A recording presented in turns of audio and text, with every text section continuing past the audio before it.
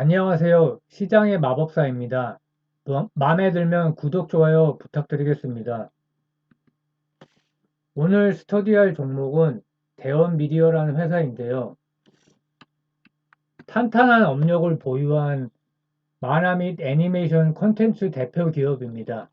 77년도에 설립됐고, 철인 007, 달려라 하니 등으로 유명한 애니메이션 콘텐츠 기업이고요. 캐릭터 사업, 콘텐츠 사업, 게임 유통 사업 등 여러 가지 사업을 하고 있습니다. 특히 완구 유통 사업이나 미래의 웹툰, 웹 소설 쪽이 유망하고요. 과거에는 매출 볼륨이 크지도 않았고 소액주주 차등 배당 그리고 18년, 19년, 20년도쯤에는 내부자가 주로 이제 거의 대표이사인데 내부자 매수로 조금 관심을 가졌던 기업이었고요. 테마가 많아서 주가가 올라갔다 내려갔다 이랬던 기업입니다. 그리고 특이사항은 증여가 미완료된 상태인데 주가에 영향은 없었다는 겁니다. 한국 기업에 이런 사례가 굉장히 많은데 비용을 부풀려서 인위적인 주가 누르기를 한 사례가 굉장히 많았습니다. 왜냐하면 주가가 낮아야지 그 증여할 때 세금이 적게 나오니까 그렇게 한 사례가 굉장히 많고 주주 친화적인 기업이 한국에 몇 개 기업들이 있는데 에코 마케팅과 메리츠 그룹이 최근에는 가장 좀 유명한 기업입니다. 주가도 많이 올랐죠. 메리츠 그룹은 특히 자사주 소각으로 주가가 굉장히 많이 올랐습니다. 주주 구성을 보면 정욱 회장이 1946년생인데 아직도 그 24%나 가지고 계십니다. 그 정동은 이분도 이제 아들 같은데 대표이사인데 5.6% 완전히 이제 지분이 넘어갔다고 할 수는 없죠. 유통 물량이 40% 정도 됩니다. 시총이 작았을 때는 꽤 메리트가 있었죠. 아직도 크다고 할 수는 없는 시총이고요. 20년과 21년에 코로나 특수로 굉장히 성장을 많이 했습니다. 유통 쪽이 비중이 큰데 닌텐도 판매 때문에 당시에 코로나 사태 때문에 주식이 급락한 다음에 4월 달에 주가가 꽤 많이 올라왔던 걸로 기억이 납니다. 닌텐도 그 게임 때문에 그렇고요. 그리고 이 게임 타이틀을 또 판매하면서 매출이 많이 늘었죠. 그게 마진율이 좋고 비싸기 때문에 또 자체 IP와 또 방송을 통해서 매출이 늘어났고요. 올해는 그 증권사 예측이 매출이 소폭 성장하고 영업이익이 크게 증가한다고 하는데 실제로도 그렇게 되고 있습니다. 이익률이 굉장히 많이 늘었고 이게 몇 달 전에 증권사 한국 IR 협의회라는 데 리포트인데 4분기부터 아모드 사우루스 IP 사업 본격화 및 게임 유통 사업 때문에 이익률이 좋아진다고 했는데 실제로 좋아졌습니다. 1분기에 9.8%, 영업이익률 2분기 합산해서 9.6%가 나왔습니다. 굉장하죠. 그래서 기본적으로 수출은 거의 없습니다. 국내 매출이 90% 이상이고 유통 쪽이 가장 비중이 큽니다. 주로 게임기, 완구 이쪽이고요. 과거에는 그 이쪽 유통 쪽이 이익률이 크지 않았는데 많이 늘었습니다. 이익률이. 그래서 이것도 방송 쪽이 영업이익에서 비중이 30% 정도 됩니다.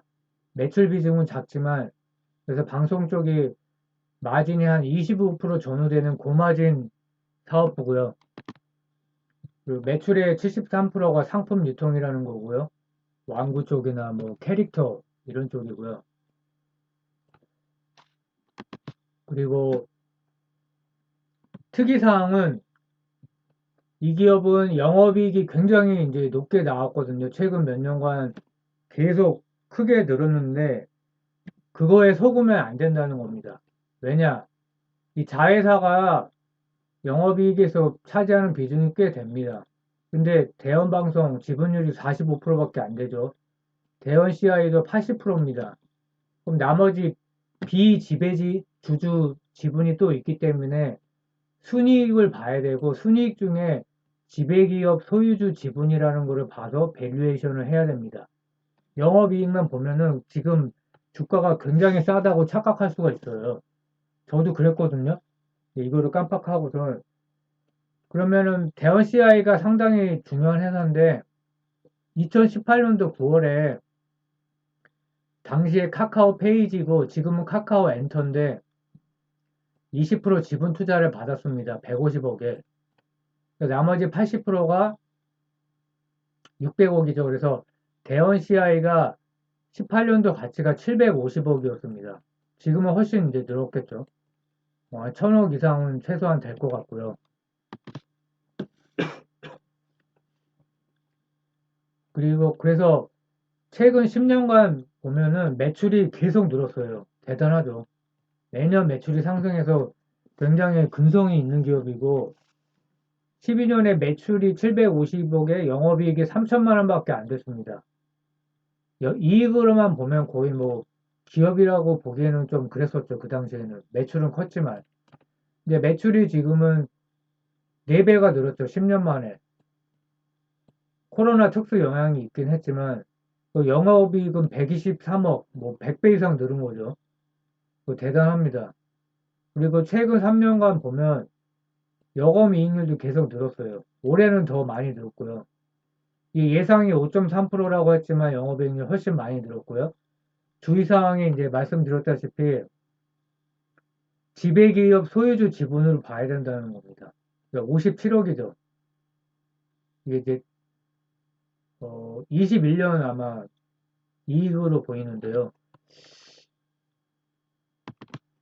그래서 최근 3년간 왜 이렇게 좋아졌나 사업 부문별로 보면은 라인세스 쪽이 매출이 많이 늘었죠. 50%, 40% 정도 늘었는데 이익 자체는 그렇게 늘지는 않았어요. 근데 유통 쪽이 어떻습니까? 마이너스 적자였는데 44억까지 늘었어요. 그리고 마진율이 높다고 할 수는 없지만 과거에 비해서 굉장히 많이 늘었죠. 방송 쪽은 영업이익 비중이 큽니다. 매출에 비해서. 방송도 매출이 2배나 늘고 영업이익도 꽤 늘었죠. 출판도 늘고요. 출판이 이제 대원 CI고요. 그래서 유통 부분이 마진율이 왜 개선됐냐? 게임기 완구 유통이 늘면서 이익률이 개선됐고 닌텐도 스위치라는 게임이었죠. 타이틀이 소프트웨어인데 이게 판매 증가하면서 소프트웨어는 마진율이 높죠. 그래서 올라간 겁니다. 그 방송 부분은 매출이 2배 증가했고 원래 영업이익률 좋았는데 더 많이 좋아졌고요.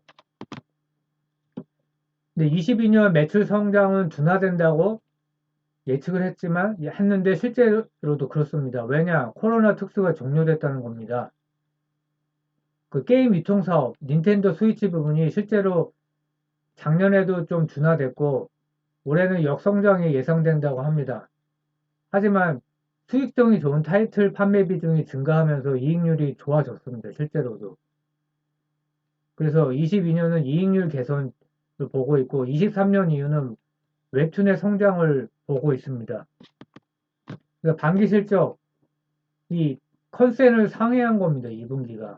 그래서 반기 기준으로 보면 작년이 5.5%였습니다. 영업이익률이. 근데 9.6%, 4.1%나 상승했죠. 대단하죠. 매출이 그렇게 많이 늘지도 않았습니다. 매출 증가세가 좀 확실히 둔화됐죠. 6.8%. 그래도 꽤 늘긴 했습니다. 작년에는 12.7%. 점점 둔화가 되고 있긴 해요. 매출 증가세가. 그래서 영업이익이 대단하죠. 145억. 유통 부분이 왜 마진율이 그렇게 크게 개선됐냐. ERP라는 전사적 자원관리 시스템을 도입하면서 효율적으로 재고 관리해서 비용이 감소했다는 겁니다. 그리고 고마진 소프트웨어 타이틀을 판매해서 이익률이 좋아진 것이죠. 그 반기로 보면 영업이익률이 8.3%가 나왔어요. 유통 쪽이. 작년에 2%였는데 이게 굉장히 크죠. 방송은 오히려 영업이익률은 떨어졌습니다. 그러나 매출이 늘었기 때문에 이익이 늘었고요. 그래서 유통 쪽이 크게 좋아졌다는 것을 기억하시면 되고요. 그래서 중간 정리를 해보면 애니메이션 원래 기업이었습니다. 근데 이게 시대적인 상황이 컨텐츠 기업이 점점 부각되고 있죠. 뭐 여러 가지 요인이 있습니다. 근데 단순 어떤 일본 거 들여와서 파는 IP를 유통하던 기업에서 자체 IP를 개발해서 그러니까 오리지널의 힘이 있는 거죠. 그렇게 되면 이익률도 올라가고요. 그래서 어떤 자체 IP 그 애니메이션을 방영했을 때 히트면 OS MU로 확장을 한다는 겁니다. 원소스 멀티 유스로.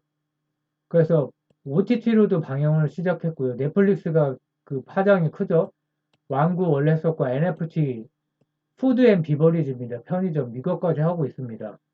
그래서 유통 매출이 70% 이상인 기업인데 과거에는 이익률이 낮아서 별로였었는데 이익률이 좋아져서 회사 이익의 질이 좋아졌다. 방송은 원래 고마진이었다.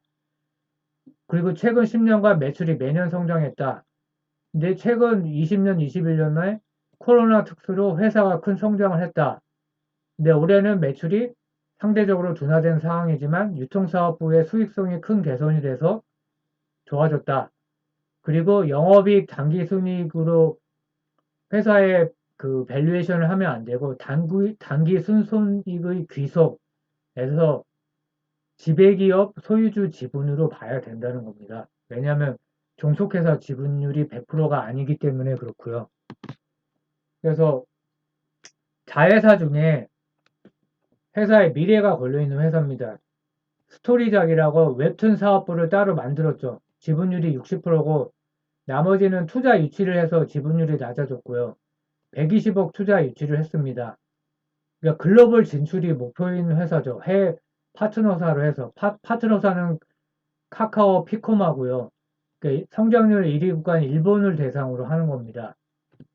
그래서 작년 2월에 카카오 재팬과 일본 합작법인 세르파 스튜디오를 설립을 했습니다. 그래서 웹툰 시장을 진출을 목표로 이렇게 새로 설립한 회사고요. 그러니까 오프라인 기반의 컨텐츠를 온라인화 시킨 게 있습니다.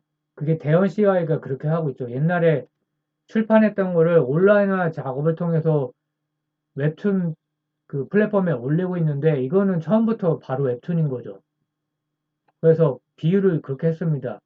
웹툰 전문 기업은 전기차 스타트업이라고 한다면 지금 대원 CI가 하는 오프라인 저작물을 그 온라인화 시켜서 그 웹툰 플랫폼에 올리는 거는 내연기관이 전기차 라인 신설한 것과 비슷합니다. 근데 전기차로 변모하려는 거죠, 지금. 스타트업처럼 될 수는 없지만 뭐 안 될 건 없다고 봅니다. 왜냐하면 카카오와 협업을 하고 있기 때문에 그 해외 쪽을 노리고 있다. 그리고 대원 CI가 하고 있는 거는 오프라인 기반을 온라인으로 하고 있는 거다. 그래서 조금 다르다. 그러니까 스토리작이 진짜다 이거죠, 웹툰으로는. 그래서 카카오와 이제 협업해서 일본에 진출했고 이름은 세르파 스튜디오고요. 중국도 이제 겨냥을 하고 있는데 중국은 이제 그냥 잘 되면 다행인 거고요. 워낙에 복잡하기 때문에. 그래서 최근에 이게 7월 기사입니다. 카카오 피코마 소속 이제 협업을 해서 세르파 스튜디오가 일본에서 작품을 공개했다는 겁니다. 첫 작품인데 재물인 나와 늑대의 왕. 그래서 카카오 피코마와 대원미디어 자회사 스토리작이 합작해서 만든 컨텐츠 회사고요. 그래서 여기서 히트치면 주가가 추가적으로 올라가는 겁니다. 대원 CI는 오프라인 저작물 비중인데 온라인화 비중을 증가해서 한 거고 여기서도 이제 과거에 이제 출판물을 웹툰화 시켜서 일본 피코마 매출 1위를 했다는 겁니다.